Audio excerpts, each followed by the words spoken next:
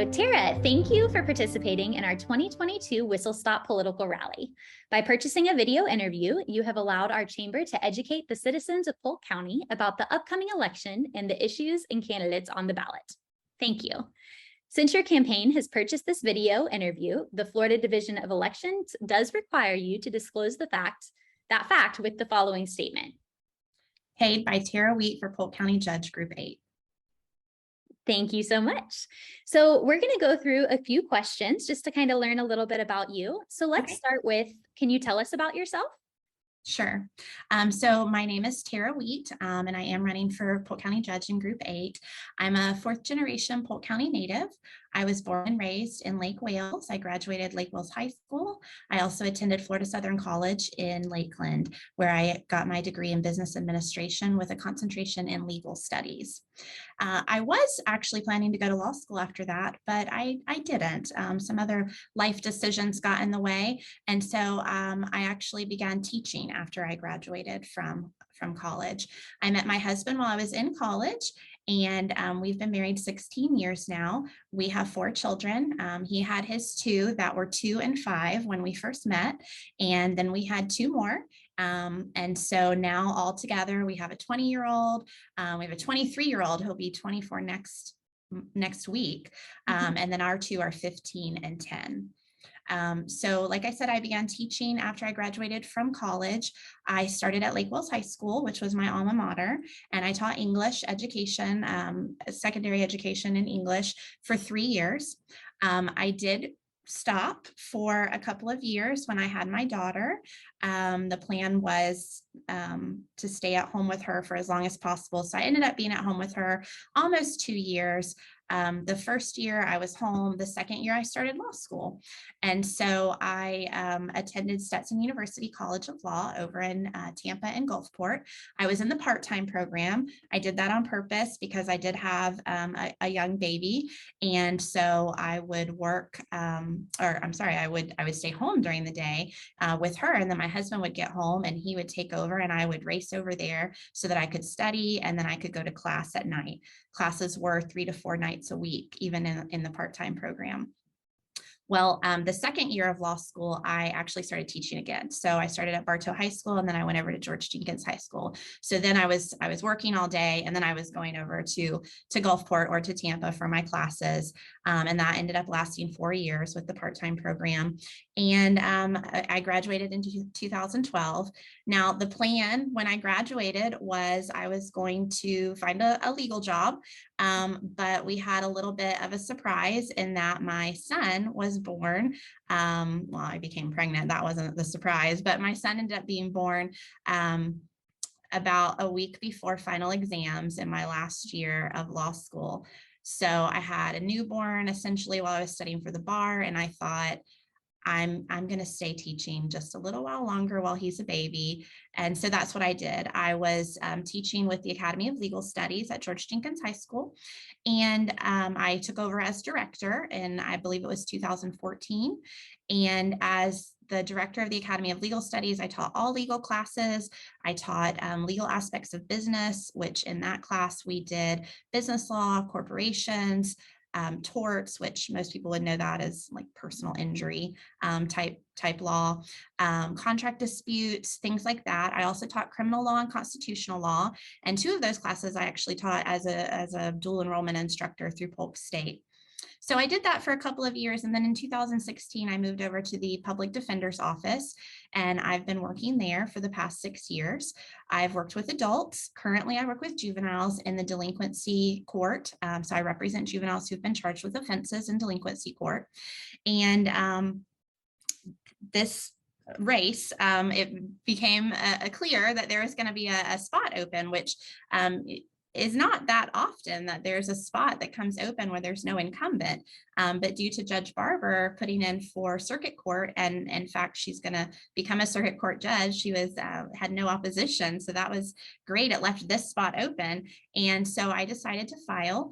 And I just thought that with all the public service that I've done as a teacher, as a public defender, that I thought being a judge would be the next way that I could continue my public service in Polk County and hopefully I hope in a meaningful way, by treating all citizens fairly and equally under the law. If you've looked at my webpage or if you've looked at my Facebook page, then you know that my platform that I'm running on is that I want to bring a balanced perspective, or the right balance to the bench, is kind of what my motto is, or my slogan is, that I want to be an unbiased and impartial judicial figure on the bench for Polk County.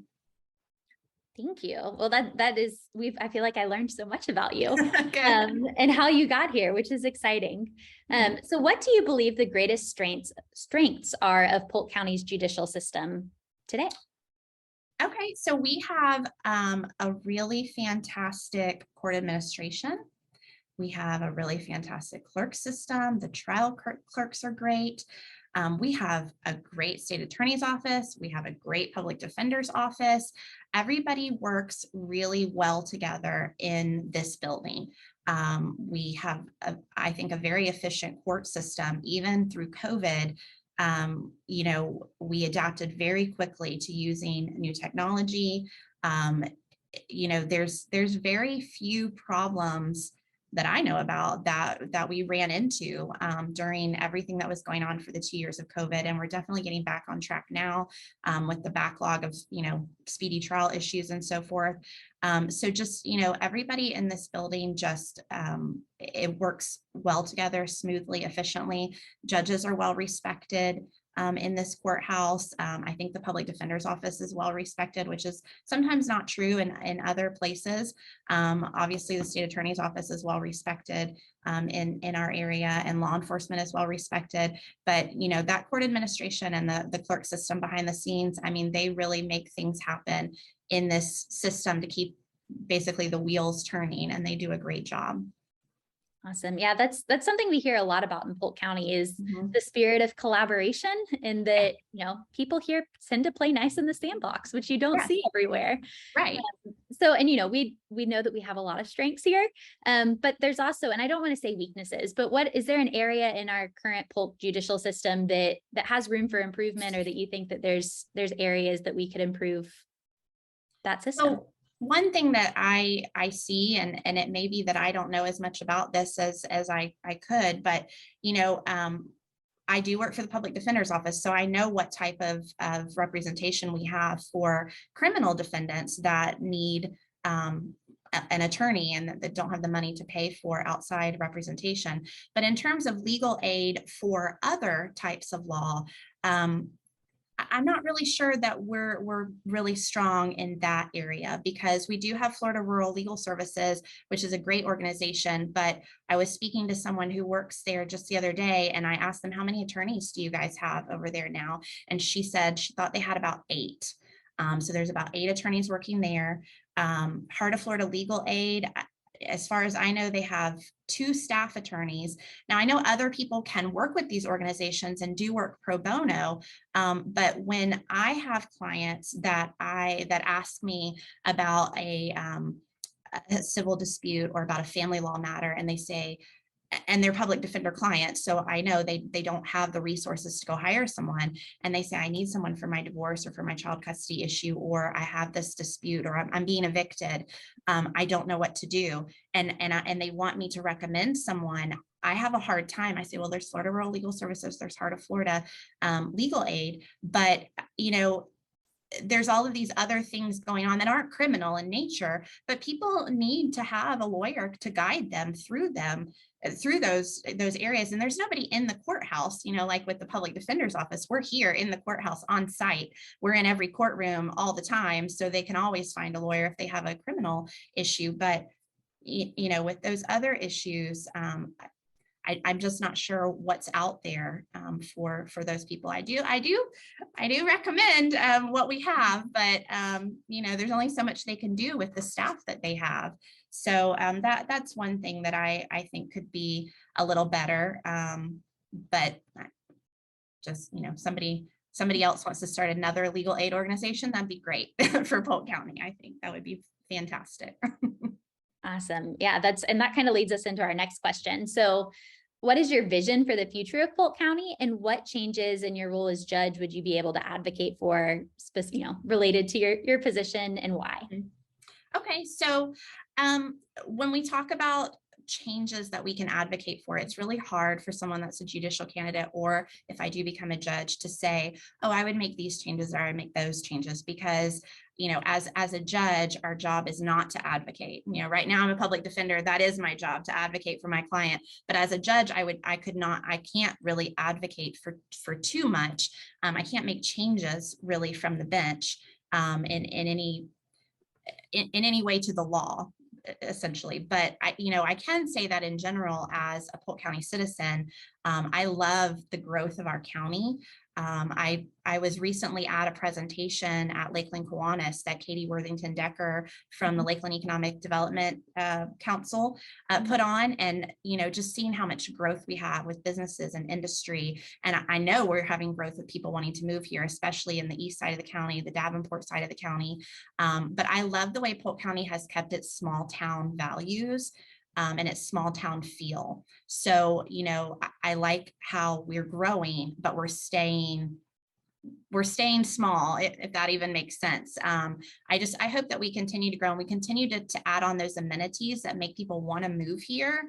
And, our courthouse grows with that, and that everything that we do within the courthouse continues to grow with it, whether that be, adding on more technology, which we're doing great with, but, technology changes all the time, but adding on technology, adding on transportation options for people. We have a really large county, and we have this courthouse in Bartow, and it's such a huge place to travel. And with more and more people, sometimes we need more transportation options for people. Not that I can really advocate for that from the bench, but I think that would be great, if there was some sort of system that our whole county could use as a bus system to get people here and there. But yeah, I love that our county is growing, but it still feels like a home to people when they move here. Thank you. And I think that's, you hit something really important, that judges can't advocate, that it is legally, you cannot, Right. support one way or the other. So I think that's probably a very important point that we wanted to make sure we could give you an opportunity to highlight a little bit. So when you considered running for this position, what do you think is the biggest challenge of the position that you'll face if you are elected? So it's often said that county court is the people's court. Over their lifetime, if someone is going to come to the courthouse, more likely than not, it's going to be for a county court issue. So a traffic offense, a misdemeanor, an eviction, a small claim, a landlord-tenant dispute, a contract dispute, a business owner or two neighbors fighting over, some sort of neighborhood dispute, an auto accident, things like that.